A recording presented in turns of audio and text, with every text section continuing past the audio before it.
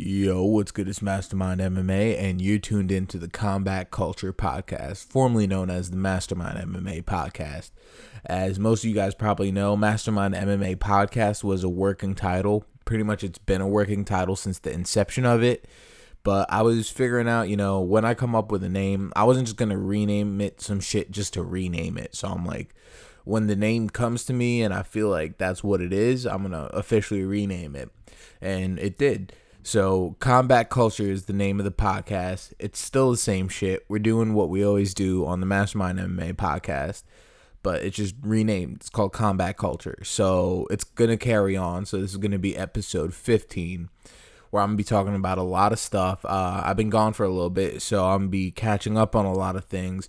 But before I even dive on into all that shit, I want to just talk about, real quick, the channel. So I'm going to start trying a lot of new things on this channel. Not new things. Pretty much we're going to be doing what we did. I'm just going to be trying to add some new stuff, some cool stuff, some more technical, in-depth shit, As you guys know, I've been trying to do that for a little bit, but I've been trying to kind of tweak a formula that's YouTube friendly, you know what I mean? So YouTube's not getting on my ass about that shit. So, what I'm calling this is we're going to say it's season 2 of the channel. You know what I mean? So as the channel is growing, as it's expanding, we're going to have seasons. So this is season 1 is officially over. Season 1 was kind of the start, getting everything going, rocking with you guys. And now season 2, now that we have our group and everything, we got our base. Now we're going to pretty much expand on that, expand on the skeleton. So we're still going to have all the good content you love on the channel as always. But I'm trying to do some new stuff, some film studies that don't get YouTube like blocking my shit and stuff like that, and some other new stuff. I'm not going to tease it until I really get it down pat, and then when I drop it, you'll see. But some new exciting things are going to be happening on the channel. So stay tuned. And season 2 of the podcast finally came up with the name, so Combat Culture. So I fuck with the name. I think it's cool. So there is a lot of stuff to talk about. I've been gone for a little bit, so where am I gonna start, man? Obviously the thing to start at would be Till versus Wonderboy. Now I can't give you guys an in-depth technical thought and breakdown on it because I didn't get to actually watch the fight when it happened. So I'll just break it down to you guys really quick. So I'm going on vacay really soon, like in 2 days. And I was out shopping and shit. It was a Sunday afternoon. Usually I love those Sunday cards, but I had a bunch of shit to do, so I tried streaming it, but the stream like on my phone, but the stream wasn't really working out too well. So I kind of caught the fight after the fact. So, and when I saw all what people were saying, I was like, I'm going to hold off a bit till I watch the fight. Maybe I'm probably going to watch it at the gym today, but then I don't know, because what people are saying is that it was very boring. And when people say that, I know what they mean. It's probably somewhat of how Wonderboy Masvidal went, or Wonderboy Rory went, or even Wonderboy Woodley 2 went. And what's the common thread in this? It's Wonderboy. So here's the thing, man. I fuck with Wonderboy, and this in no way is going to be demeaning to Wonderboy in any sense like that.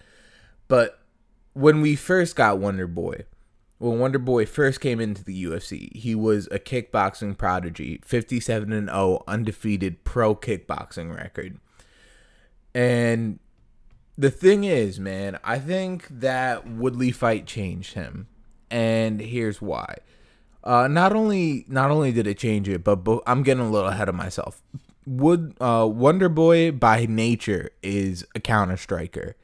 He's gonna be sitting back, and not necessarily just sitting back waiting, but he's going to be looking to, right after you go, he's trying to catch you. That's his shit. And even with his style of fighting, his karate blitz, it's very similar to Lyoto Machida. If you look at Lyoto Machida versus John Jones, when Lyoto Machida blitzed in on John and actually caught John a little bit, where people were like, "Oh shit, John Jones actually has a chin on him." That's really the same way and style Wonderboy blitzes in. If you put it side to side, I'm sure it looks almost identical. And the problem with that is you're closing the distance, but you're very open to being countered, because you're almost kind of Wing Chun chain punching, like pressure forward, come in forward, and just throwing strikes, not really caring about any defense whatsoever. So, like, just visualize that Lyoto Machida versus John Jones. If you have trouble visualizing that, can't really think about what I'm talking about right now, can't visualize it, think about Vitor Belfort versus Wanderlei Silva when he finished Wanderlei. So the way he came in like that, that's kind of how the karate style striking closes the gap. And it's kind of overwhelming, you know. That's the thing. People aren't going to get their shit off because too much is coming at them. So they're not going to be offensive because they're worried about being defense, just because you're throwing so many strikes at them. Now, so I didn't see the whole fight yet. I went to start watching it before I was doing this. I'm like, I'm kind of good on it. I'm really feeling on just hopping on the podcast right now. But I did see the highlights. I did see pretty much whatever action did happen. I saw Wonderboy. I saw Till dropping Wonderboy. And here's what... And the only reason I'm giving this disclaimer is that it's not going to be... It's a very... This take I'm giving you. Like, my opinion on it, it's not as educated as it would be, obviously, because I didn't see the fight in full, and I don't feel like I'm qualified because of that to really give any in-depth breakdown on the fight. So I'm just giving my thought on what it is, so what I've taken of it. So I feel like I have to inform you guys where my perception is coming from. So watching the highlights and stuff like that, I'm sure that was the most entertaining thing about it.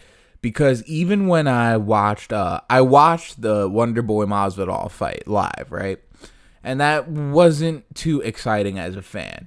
But when I remember like a few weeks ago, maybe, not even, I saw the highlights for it. And I was like, shit, man, like that fight doesn't look too bad when you put the highlights on. You know what I mean? So I feel like when I saw the highlights for this, that's pretty much the same thing. And as I was saying, from Wonderboy, from what I saw, you know, Wonderboy was landing good 1-2s. Even when Darren Till was trying to like lean back out of range, Wonderboy was still catching him. So Wonderboy was working that range good. And a thing Wonderboy was saying a lot in the pre-fight build-up, and I think he was totally dependent on, was that Darren Till being over-aggressive trying to knock him out. And he kept saying, he said he's going to knock me out in round 2. So, when you're in there with me, there's, you could get in all the karate guys you want to, but, it's real different when you're in there with me. So, when people are really just aggressive, most of my knockouts come from people being aggressive. So, people come in and, they tend to get caught by things. So, yeah. So he was really depending on Till being aggressive, and he could be just countering him. And that's Wonderboy's style. That's what Wonderboy likes to do. All Wonderboy's knockouts are from people being aggressive and people running into shit. A fucking leg comes from their blind spot and just hits them. So that's what he was really banking on. And even Till said, you see, Wonderboy didn't pay too much attention to the pre-fight media, which he should have been, because he paid attention to the fact that Till said he's going to knock him out in round 2. But he didn't pay attention to what Till said in response to that. Till literally said, Wonderboy's fucking Wonderboy. I know he said that he's expecting me to fucking come in and be aggressive, but I'm not gonna be that lad. I'm gonna fucking be calm. I'm ready to take him out, but I'm also ready to go 5 fucking hard rounds. I don't fucking care. I'm ready. So he basically said, listen, I know Wonderboy's expecting me to come in being wild, but if he's expecting that, he's dead wrong. I'm fighting this shit technical. I'm fighting this shit like a chess match. I'm not gonna... Why would I play into your game? I'm too high level of a striker to play into your game. That's basically what he said. But Wonderboy didn't expect that. He didn't listen to it. So in the fight, he was just hanging back a lot. He was waiting for Till to be that aggressor. And when someone's not that over aggressive person to Wonderboy, it doesn't go that entertaining, I'll say. It's still extremely high level. If you have a really good understanding of striking, like I started watching it a little bit before I actually did this, the fight in full. I already saw all the good shit. But from what I saw, man, that was just like straight, like a chess match, almost kind of outside of chess. Like, fuck chess. That shit was almost like a poker match, a poker game. Because when you, motherfucking sirens. When you look at what they were doing, the games they were playing, the feints they were throwing, it was really all more poker. Like, am I bluffing? Are you ready? You know what I mean? All right, let me read you. And then on the other hand, it's like, all right, I gotta take this risk. I gotta gamble whether or not I'm gonna bite on that feint, show him how I react, so he could, because that's what he want when you throw feints. You really want to read how they react to shit. So as the opponent, you gotta be like, all right, am I gonna bite on that feint, react because I'm not sure if something's coming, or am I gonna take that risk and not react, and the reality is something very may well be coming my way. So I saw a lot of just high level shit, and it's more of the game of striking. We didn't necessarily see a high level striking display, but we saw high level, I don't even know how to say it, man. Like, we saw variants of the striking game, but we didn't necessarily see the essentials of the striking game. And what I mean by that is, when you think of two high-level strikers, you're gonna think of some shit that's like wild. You know what I mean? Not even wild in the sense of brawling, but wild in the sense of a lot of action. Dude, John Jones, Alexander Gustafsson. Something like that you would think of when you hear two high-level strikers. Essentially, that fight, what you got was John Jones, Gus. What you almost got was stylistically a boxer versus a kickboxer at high levels. Because when you got Gus, he was pretty much staying to just boxing and wrestling. But I'm talking about striking. So when you got Gus, he was fighting in the boxing range, and John Jones, he was fighting at the kickboxing range, more on the outside. And because of their height discrepancies, you know, you weren't really seeing John Jones being able to utilize his distance and keeping Gus on the outside, fighting from the outside. But you did get to see John Jones dictate the range. And the thing is, though, like, when I mean dictate the range, that was the wrong word. Not dictate the range, but really fight in the range he wants to fight in. Like, stay on the outside and strike from the outside. But on the other hand, we saw Gus really close that distance and get into boxing range and really operate where he wanted to operate. So you had both men in both moments executing the plan that they wanted to do and fight in the ranges they wanted to fight in when they were being offensive.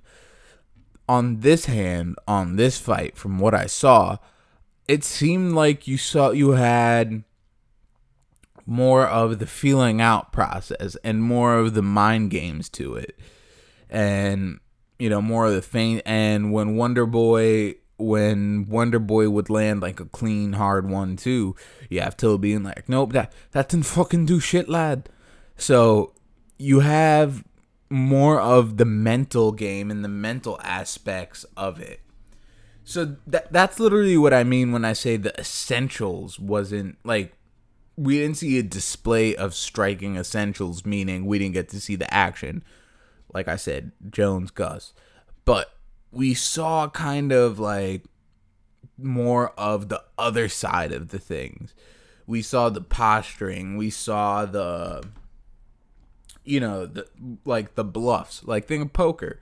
You pretty much saw people trying to win pots off of bluffs. And that I don't know if you guys play any poker, but we essentially saw people just kind of just winning blinds, basically. Like, you know what I mean? Like, someone just pretty much anteing, like, he's just raising and betting, like, right before you see the cards. You know what I mean? So you just be like, all right, someone bet like 500. All right, fold. Fuck it. You could take my fucking big blind. I don't give a shit about that. So you're not seeing exciting gameplay or anything like that, but you are seeing the mental posturing, the mental games, the mind games. When you get hit, like, all right, that shit didn't faze me, and that's basically what the essentials of the fight was, from what I saw and from what I heard. Also, Wonderboy getting dropped. I saw that. It was a clean knockdown. You can't debate that.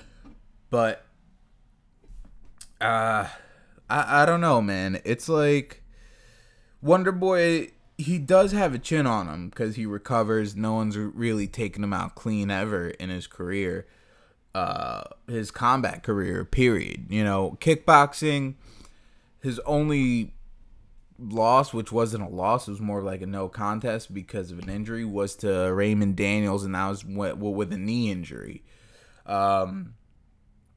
We saw Woodley fuck him up pretty much, but we never saw him just like clean out of there. But now we're kind of seeing a thing where his chin is being tested more. Now, the question I have is, are we seeing his chin be tested more? Like, has his chin deteriorated, or we're just seeing his chin being tested? And the reason I ask that is because before, he was just so elusive and so fluid, and people didn't know how to deal with it, that his chin didn't necessarily get tested. He did get he did get dropped in I want to say the Ellenberger fight, or was it Matt Brown? Nah, I can't remember exactly off top, but I'm pretty sure it was the Ellenberger fight. I'm fairly certain. Anyway, he got dropped in. I'm just gonna call it the Ellenberger fight. He got dropped in the Ellenberger fight, and we've seen Thompson get hurt. But the thing is, you forget about the Ellenberger thing because he went and knocked him out later, and in pretty phenomenal fucking fashion. But the thing is, now we're seeing, after the Woodley dropped him multiple times, and Woodley just kind of figured it out and went to pull that trigger. And the thing with Wonderboy is, if you're not coming forward and, doing your damn thing on him, he's not going to give a fuck about the entertainment factor. He's going to stay on the outside and stick to what he does. Now, when I talk about the Dominic Cruz-Cody Garbrandt fight, that's what I'm saying. Dominic cared about the entertainment factor. If he didn't, then that fight would have been so fucking boring.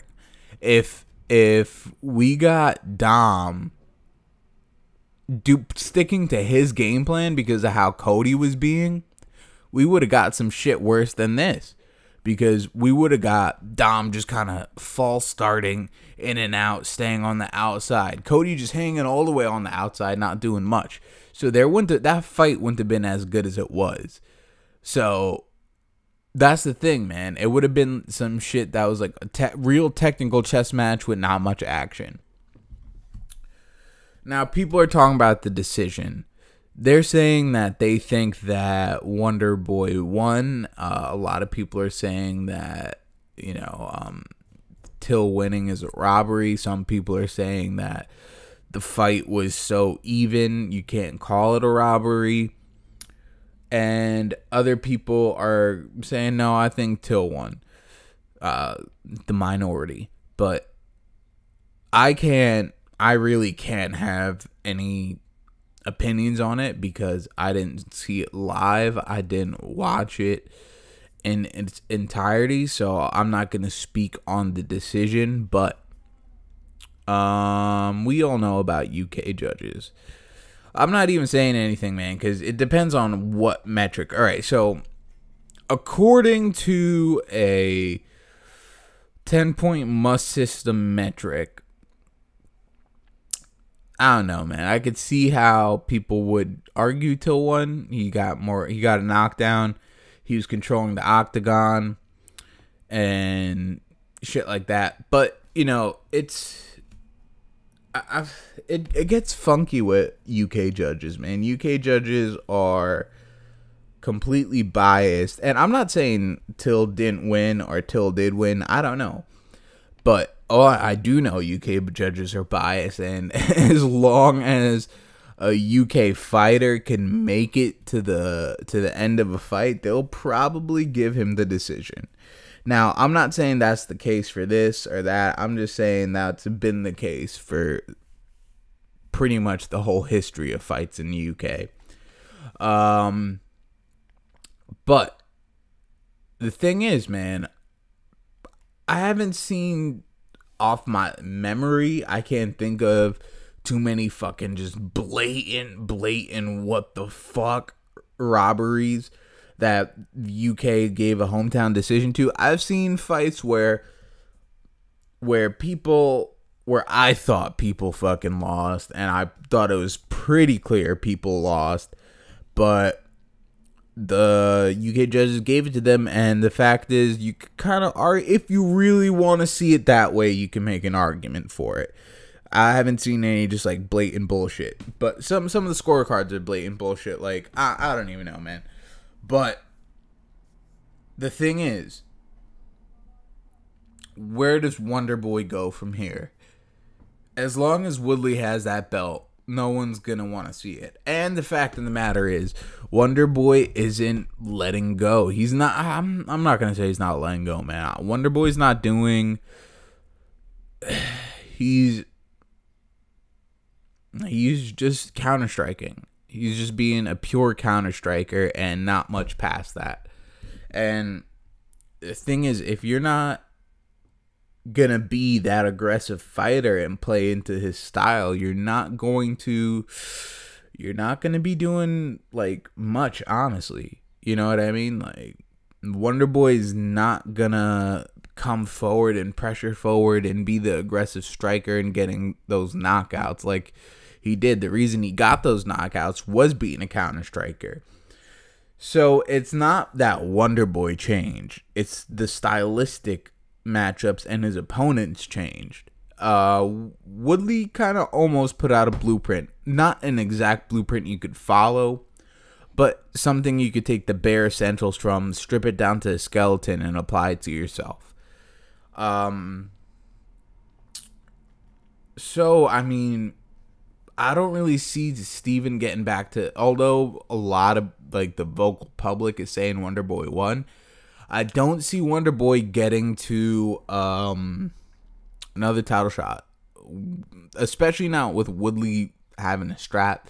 But I don't see Wonderboy getting there without getting those crazy highlight reel knockouts. Like, think about it. His last, like, thing where people were like, whoa, look at fucking Wonderboy, it was the Hendricks fight. After that, man,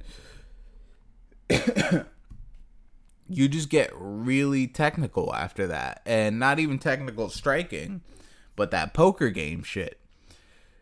You got the Rory Macdonald fight, the Woodley series, the Masvidal fight, and now the Till fight. So you're getting high level shit. It's just not that entertaining per se. If you know what you're seeing, and in the moment it could be very kind of have you on edge because anything could happen. But the fact of the matter is, if it's not going to have any replay value, then what do you... I mean, the UFC is more now in the entertainment business, more than anything. More than even the fight business, they're now in the entertainment business. So if you're not putting on entertaining shows, they're really not going to do much for you. And this is kind of a perfect example of what they're going to be doing with Wonderboy is, you got a name, we're going to take those up-and-comers and have them build a name off of you. So, the thing is, man, Wonderboy, unless he gets, like, this crazy fucking knockout, I don't see him even in talks of contention. He's probably going to drop from the rankings. I don't even know if they dropped them. You know, I'm going to check right now. I'm going to check if they updated the UFC rankings, where they have Till, where they have Wonderboy. Give me 1 second. Yeah, so I'm going to keep talking. So, you know, he's in a pretty bad position because although even probably Dana White, you know, could see that he won, if people think he won, they're not going to reward him with that. Like, oh, you won in the public eye, so we're going to kind of keep it. Yeah, they didn't update the rankings. But they're not going to anyway, sorry. They're not going to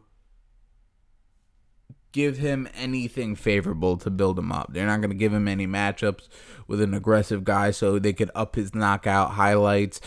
They're not going to do much for him except put him up against new up-and-comers so they could build talent off of his name.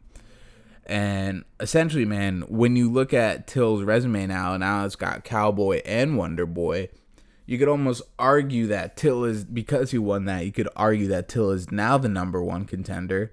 I don't think they will make him the number one contender. I think if there wasn't a interim title thing going on, then he would have been jumped up to number one.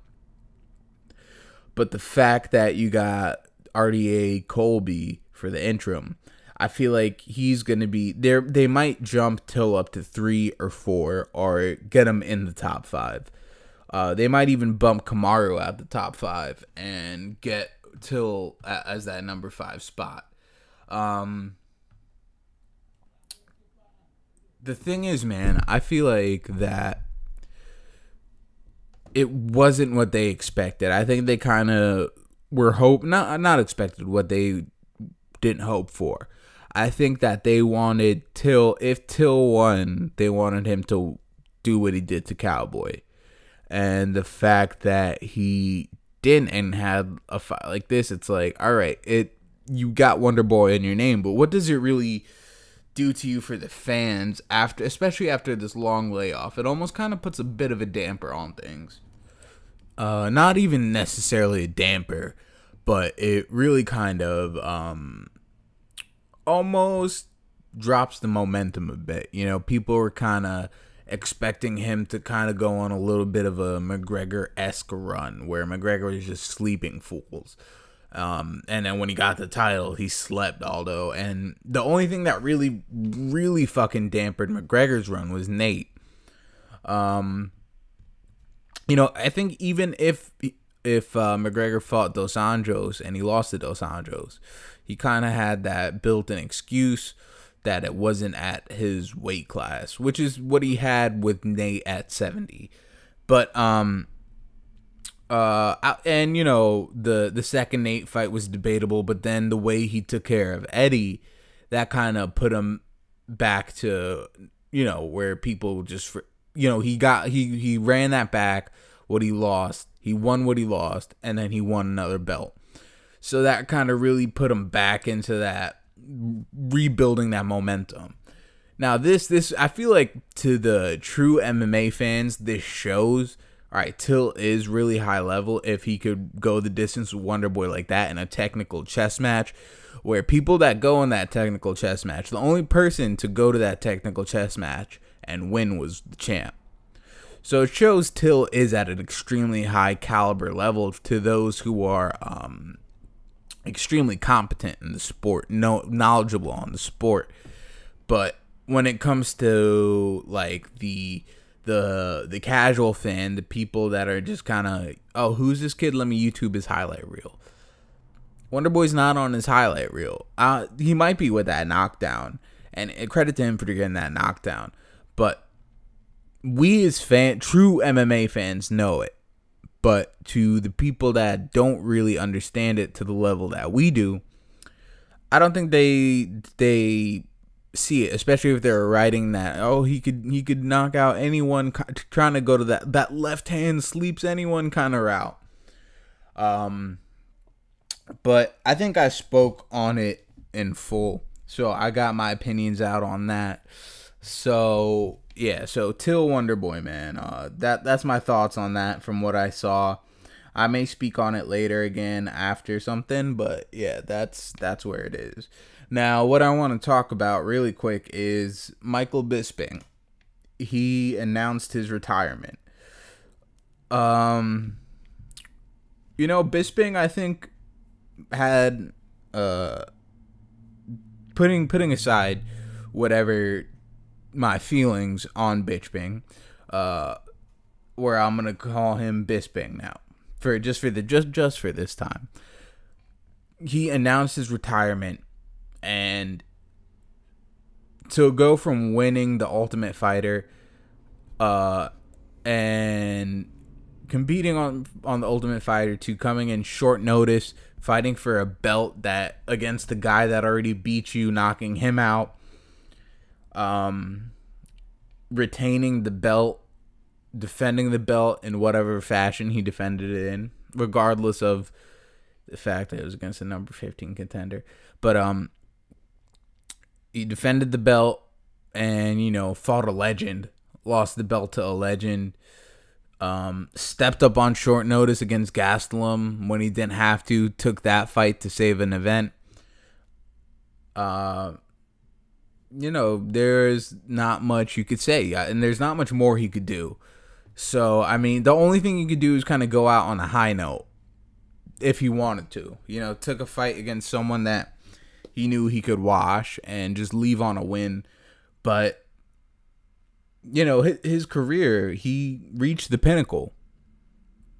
That UFC belt is the pinnacle. That's what people really do it for.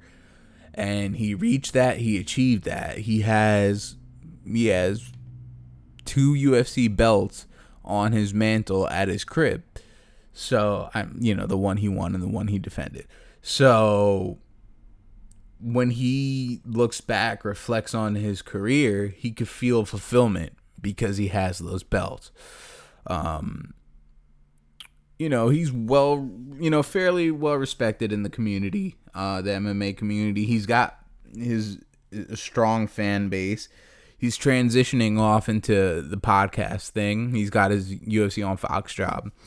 And, he's set. You know what I mean? He's good. And he did his thing. He had his career. And the thing is, though, the reason behind the retirement, which I really felt for, because, the fighters, they put all their all their mind, their brain, their body, they put it all on the line for our entertainment. And we all know Bisping had, detached his retina in that Vitor Belfort fight.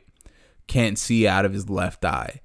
After the Gastelum fight, he said he started seeing flashes in his right eye. And he could lose vision in that other eye. And that shit is crazy, you never want to see someone. I mean, they already run the risk of the extreme consequences of brain trauma. But to go blind from it, that's crazy. It's a dangerous sport. It's a fucking dangerous game. It's so dangerous you shouldn't even really call it a game because it's not shit to be played with. But, he was almost going fully blind, man. So, I'm glad he is hanging it up. Regardless of any feelings, I don't want to see anyone lose their sight or go blind or whatever. Good for him, man. He had a good career. He's ending it where he pretty much avenged some pretty major losses. So you can't say much, man. He did his thing. You know what I mean? Like, when it comes to what could have been and what happened, he really has the Cinderella story in the end. You know what I mean? He was pretty much running shit for a while. And what I mean by running shit is that he was dictating what happened and when. When he won the belt from Luke Rockhold, he said, where he should have fought a Jacare, a Yoel Romero, or a Weidman, he said, nah, I want to run that shit back where I got knocked the fuck out in England. On record, he won that fight. You know what I mean? Despite what I think about it, it doesn't really fucking matter what I think because of what the record says. So he avenged that loss. And, when he should have fought Romero, where Romero was well in line for the next title shot, he went, skirt, let me fight GSP. And then fought GSP, even when he went skirt, and then he was like, oh, you know what, I gotta fight Whitaker now, the GSP shit is off. Like, no, skirt, let me pull Yui back to that GSP fight. So, he had that GSP fight, gotta fight a legend, gotta make fucking bank on that shit. So he's straight, man, he's good. So, peace out, Bisping, good luck on things. Yeah, man. Now what I want to talk about, fucking UFC, the new TV deal was announced that UFC is going to be on ESPN. Now, I'm going to give my thoughts on that. UFC on ESPN. I think that's a fucking incredible move. I like Fox. I rock with Fox. Because I'm such a fan of the UFC, I tend to rock with whoever they rock with. When they were with Fox, I was pumped when I had FS1 so I could watch those fight nights. And Big Fox, I enjoyed watching those because, I don't gotta operate on those the way we operate to watch the fights over here. Fuck it, I'm just gonna say it. What are they gonna do about it? Streaming that shit. It's fun because I don't have to stream that shit and worry about like buffering and shit like that. But when it comes to ESPN and shit like that, that's gonna expose it to the whole new audience. And the only thing I hope, man, I truly, truly hope that they just get competent people. I would like to. I fuck with the UFC on Fox cast. Shout out to Karen Bryant. Shout out Dom. All of them. You know what I mean? They do a great, amazing job. I hope the UFC, the ESPN kind of absolves it. If they want to tweak it, I wouldn't be too mad at that. But I do hope that even if they do like a recasting or whatever like that, I just hope, man, they go with in-house talent of the UFC. You know, you got to keep Dom. You know what I mean? Just the wealth of knowledge that man has and the way he could deliver it to the public, it brings a true understanding to it. The thing, what they really need to focus on is focus on the technical aspect of the martial arts, because people kind of just think it's violence. People think that we're drawn to the violence of it. And yeah, sure, some of us are. But in reality of the situation, or at least speaking for myself, and I know everyone on the channel, because you know, we all are similar in that aspect. We love the technical aspect of things. We love the art forms of boxing, Muay Thai, kickboxing, jiu-jitsu, judo, all the intricacies and all the just the blend of the arts. You know what I mean? How you could transition in from boxing range to kickboxing range to all of a sudden you're wrestling now and grappling, and use your grappling to transition the art into jiu-jitsu, or even using your judo to transition it to jiu-jitsu, and just the incredible threshold of intelligence it takes to understand these arts and be competent in it and apply it at the highest level. That's what really needs to be brought across to America and the mainstream, because people kind of think we're just guys that like fight. You know, I'm not a guy that enjoys watching those world star fights. You know what I mean? I'm not like, cause it's not technical. It's just people fucking brawling and shit. I don't find that shit too entertaining. So it's not like, oh, anything violent we love. No, we love motherfucking artists, combat artists. And that's what really needs to be vocalized and put across, is how high level and how beautiful these arts are. So they need to get people like Dom to say shit like that. They need to get people like, you know, I love Karen Bryant and things like that, and she does have a really good understanding of it, and she's a good face of UFC on Fox, what it is. But I would not be too mad if, you know, she doesn't come over to the ESPN deal. But the thing is, if you're not bringing Karen Bryant, you need to bring someone that has the level of passion for MMA like Karen Bryant. Because Karen Bryant, you could tell this is some shit she genuinely loves. So although she might not be coming off explaining the technical aspect of it or whatever like that, you could truly tell she's a knowledgeable, educated, like true fan of this shit.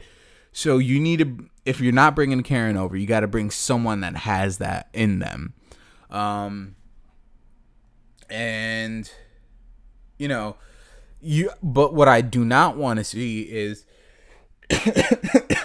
excuse me, is them having fucking like Max Kellerman cover MMA and give his takes on MMA, or even, and that's no shots to Max. He's, you know, he's not a bad person. It's just he's not knowledgeable on it like that. I'm not trying to see Stephen A being a main talking head on this shit. Although Stephen A is a fan, and you know, he's been rocking with MMA, and he does know, he knows more than your average person, I'll say that. But he's not to the level where he's the guy.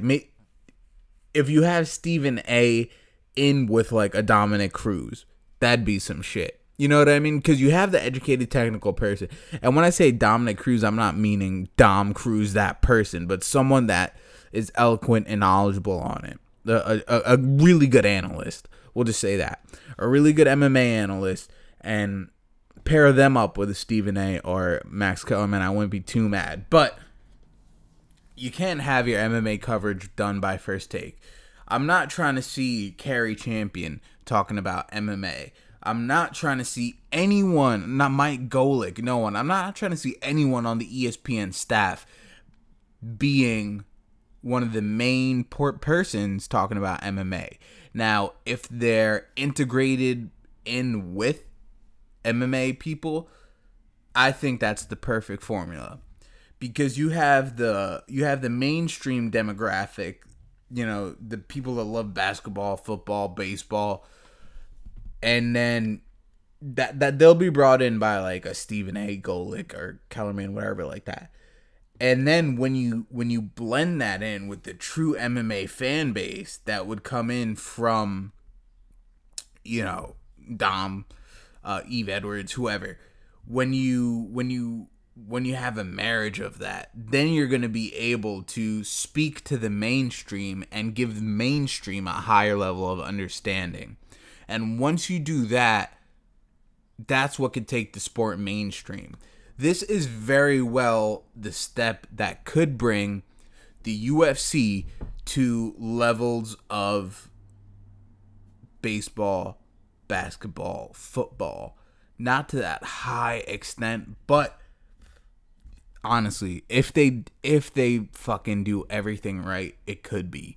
Because no sport on earth is as exciting as MMA. And I say that as a fact. I know it's an opinion, but it is a fucking fact. No sport on earth, no matter how high level and how good it is, could compare to a high level MMA fight. The Super Bowl, the fucking NBA Finals, the World Series, none of that. None of that. The excitement on that shit is minuscule in comparison to the thrill of watching a high-level MMA fight live. And I say that as a fucking fact. That's what it is. It's a fact. So if everything is operated well, they really may as well. It really could be the step Dana's been looking to take to make this shit like the big NFLs and shit like that. This is a very good step in that direction. They can't fuck it up. You know how they could fuck it up? By having the ESPN staff that doesn't know shit cover it and be the people talking about it. If you have that, then you're pretty fucked. Then it's just gonna be like you're just gonna get that dumb shit like Skip Bayless. Nate Diaz beat Conor McGregor by wrestling, sumo style wrestling. Like, okay, get the fuck out of here with that. But if you do it the right way, man, this is a good step. I love the deal. I love it even more than the Fox deal.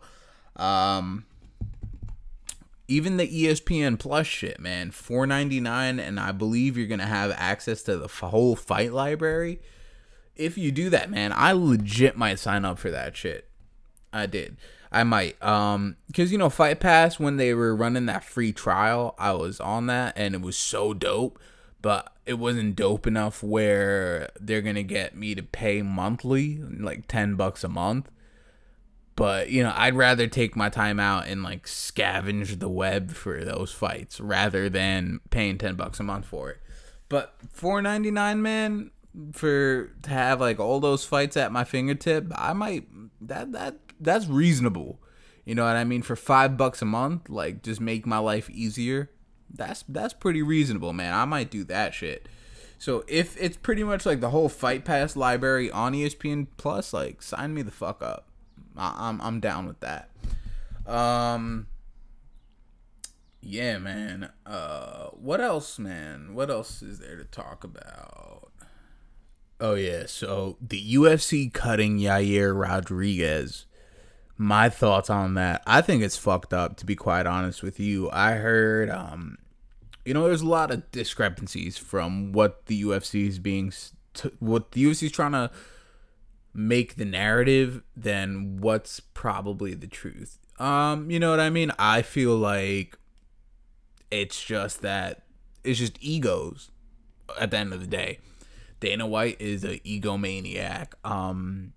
I feel like he's just surrounded by people that he knows could kill him with their bare hands, and he's dealing with them, and because of that he feels weak, and he's already a very prideful, arrogant person, so he feels the need to flex constantly. He feels the need to flex his powers constantly and try and assert himself as the dominant one. I'm the one that runs the killers kind of shit. So I just feel like Yair probably said some shit that pissed Dana off. Honestly, I feel like Yair probably gave him attitude. Yair probably wasn't fucking blowing him, and that pissed him off. Let's be quite honest. Yair was probably standing up for his shit, and that probably pissed Dana off, and he probably wasn't like all on their beck and call, and that made Dana tight. And you know, I heard that Yair was offered Ricardo Lamas, accepted it. Then Lamas turned it down, and then later after the Ricardo Lamas accepted it, but Yair went on vacation, so he said, "Nah, man, I'm gone. I'm not accepting that." Then he wanted to fight Emmett or some shit like that, but then they gave it to Jeremy Stevens. Then they wanted him to fight Zabit, and then he's like, nah, why are you trying? I'm not gonna have this guy make a name off of me. I want someone I can make my name off of, kinda. And they said, all right, fuck you, we're cutting you. You don't want to play along with our game plan? Fuck you. And Dana White essentially said that in an interview. If I make you a call and I offer you a fight, you better take it. You probably should take it. That's what Dana White said. So at the end of the day, man, it just kind of seems like ego and just clash of egos.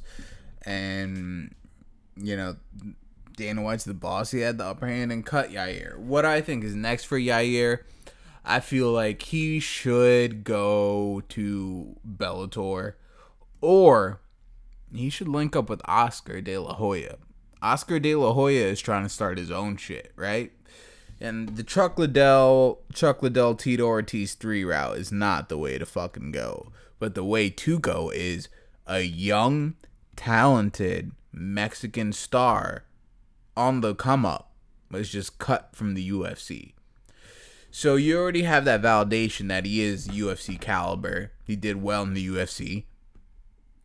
You take him, you build up an organization around him.